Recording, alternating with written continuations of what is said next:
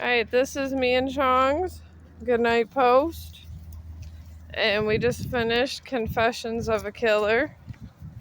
And I hope everybody is having a good Mother's Day.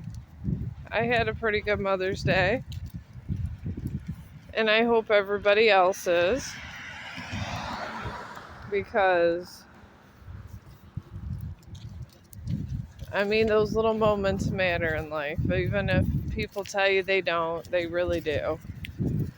Moments that matter and last in life are the ones that are the simplest things that you would think are stupid, but those matter the most when all things fall apart. They really do. It could be just simple as somebody that used to always jump on your bed that doesn't anymore.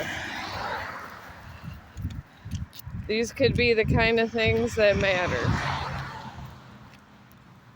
So you got to embrace every moment, every emotion, because I guess you never know when it's going to be your last. And being a mother, when it's Mother's Day, you envision your kids when they were younger, and you can never get those moments back. They bind you, and they bind you for a long time.